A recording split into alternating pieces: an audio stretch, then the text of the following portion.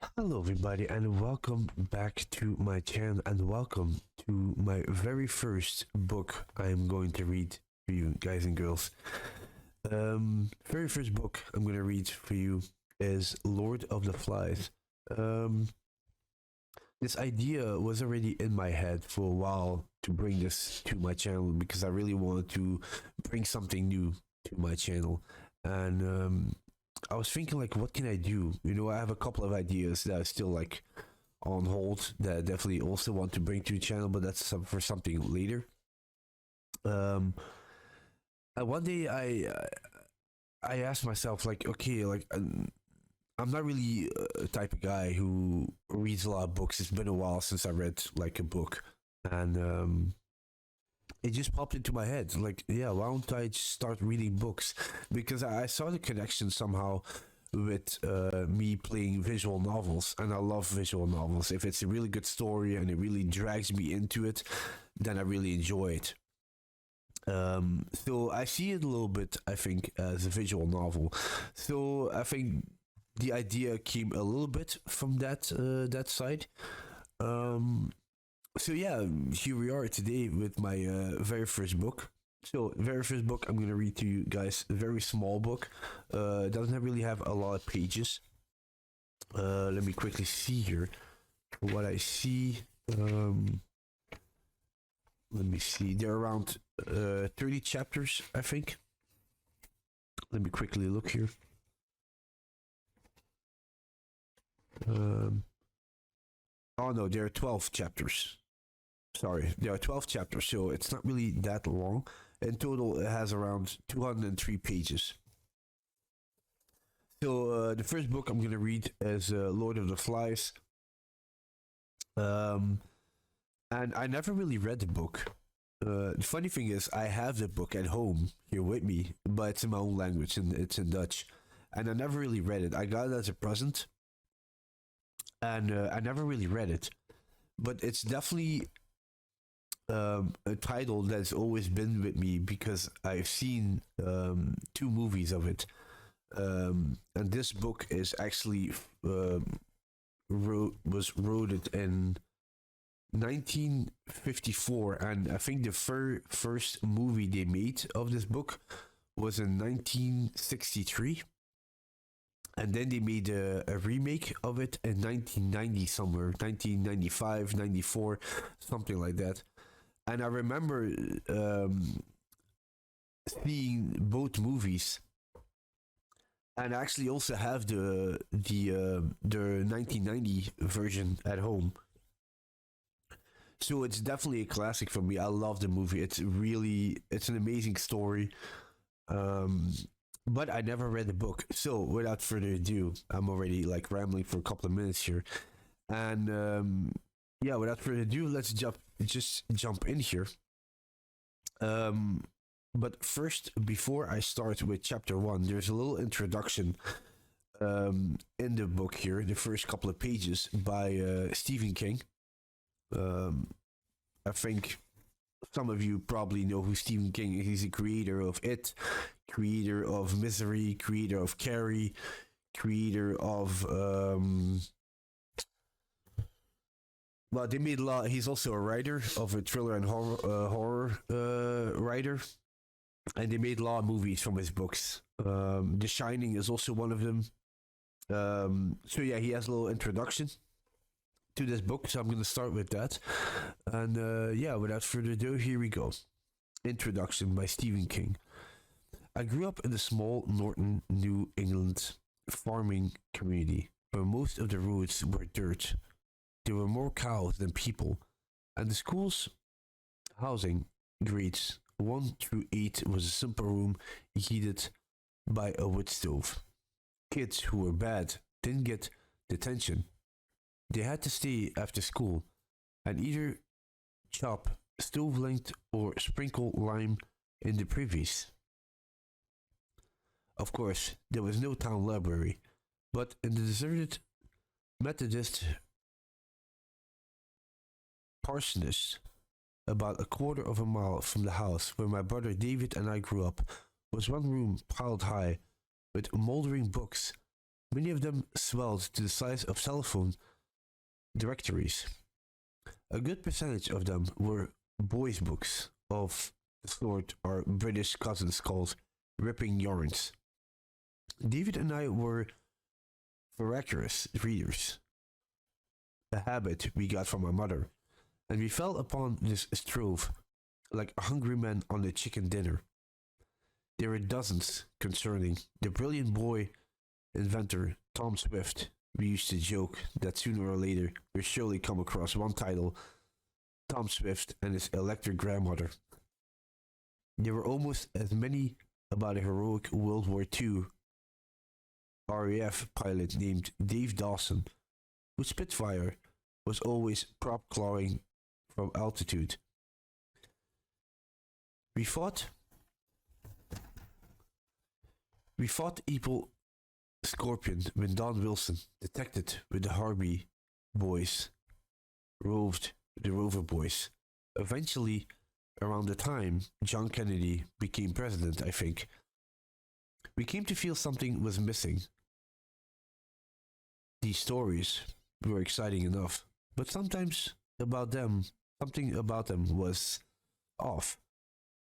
Part of it might have been the fact that most of the stories were set in the 20s and 30s, decades before my brother David and I were born, but that was not the greater part of it. Something about those books was wrong, just wrong. The kids in them were wrong. There was no library, but in the early 1960s, the library came to us.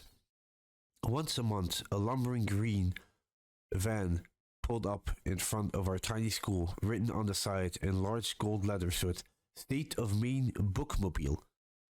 The driver librarian was a hefty lady who liked kids almost as much as she liked books, and she was always willing to make a suggestion. One day, after I spent 20 minutes pulling books from the shelves in the section marked Young Readers, and then replacing them again, she asked me what sort of book I was looking for. I thought about it and then asked the question, perhaps by accident, perhaps the result of divine intervention that unlocked the rest of my life. Do you have any stories about how kids really are? She thought about it. Then went to a section of the bookmobile called or marked adult fiction and pulled out a slim hardcover volume. Try this, Stevie, she said. And if anyone asks, tell them you found it yourself. Otherwise, I might get into trouble. The book, of course, was one you are now about to read, or perhaps, oh lucky you, to experience for the first time. Imagine my surprise, shock might be closer, when half a century after that visit to the bookmobile marked in the dusty dooryard of the Methodist Corner School, I downloaded the audio version of The Lord of the Flies and heard William Golding articulating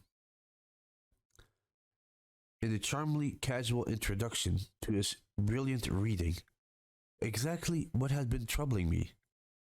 One day, I was sitting one side of the fireplace, and my wife was sitting on the other, and I suddenly said to her, wouldn't it be a good idea to write a story about some boys on an island showing how they would really behave? Being boys and not little saints, as they usually are in children's books. And she said, that's a first-class idea. You write it. So I went ahead and wrote it. I had read adult novels before, but what passed for them in the room of watered-down books in the Methodist parsonage was full of Hercule Poirot's and Miss Marples, as well as Tom Swift, but nothing that had been written about children for adults. It was thus unprepared for what I found between the covers of Lord of the Flies, a perfect understanding of the sort of beings I and my friends were at 12 or 13, untouched by the usual soft soap and deodorant. Could we be good? Yes. Could we be kind? Yes. Again, could we, at the turn of a moment, become little monsters? Indeed, we could, and did, at least twice a day, and far more frequently on summer vacations, when we were often left to our own devices. Golding harnessed an unsentimental view of boyhood to a story of adventure and swiftly mounting suspense. To the 12-year-old boy I was, the idea of roaming an uninhabited tropical island without parental supervision at first seemed liberating, almost heavenly. By the time the boy with the birthmark on his face, the first Lintian to raise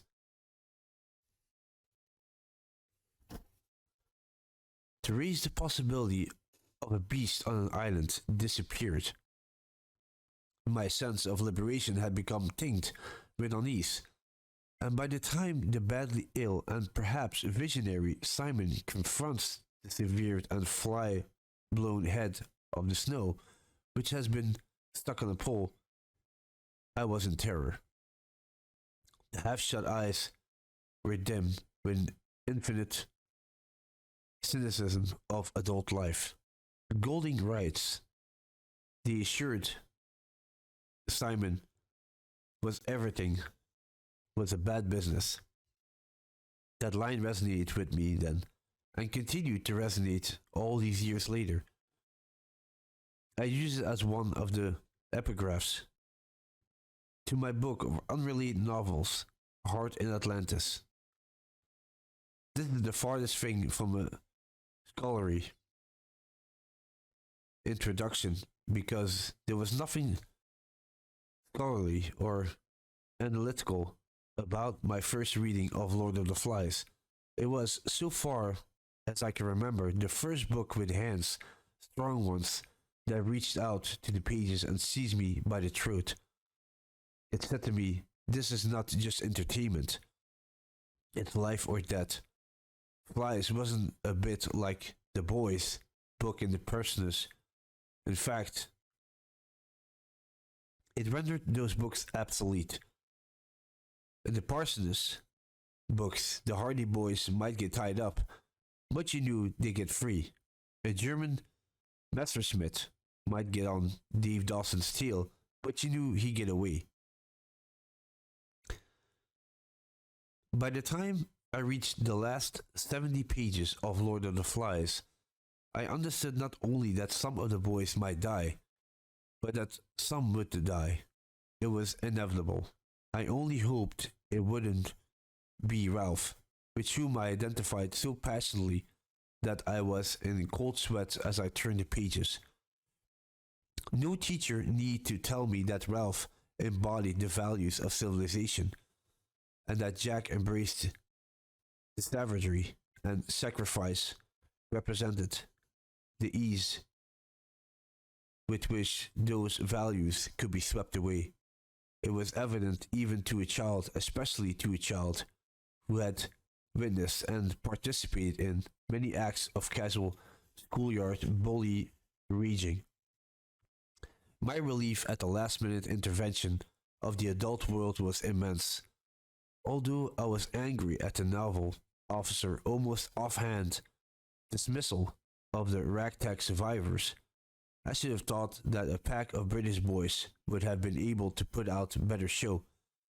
I stayed angry about that until I remembered, this was weeks later, but I still thought about the book every day, that the boys were on the island in the first place, because a bunch of idiotic adults had started a nuclear war, and years later, by then I was on my fourth or fifth reading of the novel, I came across an edition with an afterword by Golding. In it he said, I am paraphrasing, the adults save the children, but who will save the adults? To me, Lord of the Flies has always represented what novels are for, what makes them indispensable. Should we expect to be entertained when we read a story? Of course. An act of imagination that doesn't entertain is a poor act indeed, but there should be more. A successful novel should erase the boundary line between writer and reader so they can untie. When that happens, the novel becomes a part of life, the main course, not the dessert. A successful novel should interrupt the reader's life, make him or her miss appointments, skip meals, forget to walk the dog. In the best novels, the writer imagination becomes the reader's reality. It glows. Incandescent and furious. I've been espousing these ideas for most of my life as a writer, and not without being criticized for them. If the novel is strictly about emotions and imaginations, the most potent of these criticisms go, then analysis is swept away and discussion of the book becomes irrelevant. I agree that this blew me away. It's pretty much of a non-starter when it comes to class discussion of the novel or a short story or a poem. But I will argue it's still the beating heart of fiction. This blew me away is what every reader wants to say when he closes the book, isn't it? And isn't it exactly the sort of experience most writers want to provide? Nor does a visceral, emotional reaction to a novel preclude analysis. I finished the last half of Lord of the Flies in a single afternoon, my eyes wide, my heart pounding, not thinking, just inhaling. But I've been thinking about it ever since my 50 years and more. My rule of thumb as a writer and a reader, largely formed by Lord of the Flies, is feel it first, think about it later. Analyze all you want, but first dig the experience. What I keep coming back to Golding saying, wouldn't it be a good idea to write a story about some boys, showing how they would really behave? It was a good idea, a very good idea, that produced a very good novel, one as exciting, relevant, and thought-provoking now as it was when Golding published it in 1954. Thank you for listening. Hope you will be coming back in the next one as well. Take care. Bye bye.